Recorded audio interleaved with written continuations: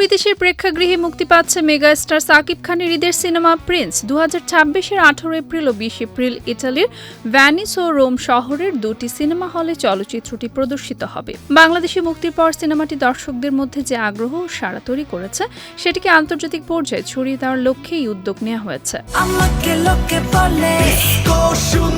প্রযোজনা সংস্থার পক্ষ থেকে জানানো হয়েছে যে দর্শকদের আরও উন্নত অভিজ্ঞতা দেওয়ার জন্য সিনেমাটির ডিজিটাল ফাইল নতুন করে সংস্করণ করা হয়েছে।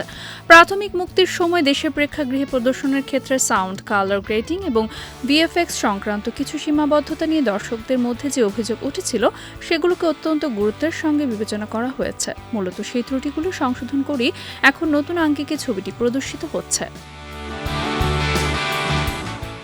নতুন সংস্করণে সাউন্ড ডিজাইনকে আরও পরিষ্কার ও ভারসাম্যপূর্ণ করা হয়েছে, যাতে প্রতিটি সংলাপ, ব্যাকগ্রাউন্ড মিউজিক এবং পরিবেশগত শব্দগুলো দর্শকের কানে আরও বাস্তবসম্মতভাবে ধরা দেবে।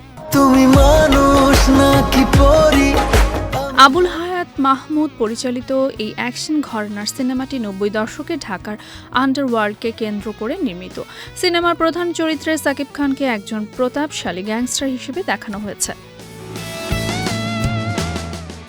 এদিকে সাকিবের সঙ্গে এই সিনেমায় অভিনয় করেছেন তাসনিয়া ফারিন, কলকাতার অভিনেত্রী জ্যোতির্ময় কুণ্ডু এবং ভারতীয় অভিনেতা দিবন্ধু ভট্টাচার্য। এছাড়া বিভিন্ন চরিত্রে রয়েছেন রাশেদ মামুন অপু ও ইন্তেখাব দিনার সহ এক ঝাঁক তারকা। ইতালিতে এই প্রদর্শনী শুরুর মাধ্যমে এবারের ঈদে মুক্তিপ্রাপ্ত সবকটি সিনেমায় আন্তর্জাতিক বাজারে যাত্রা শুরু করল।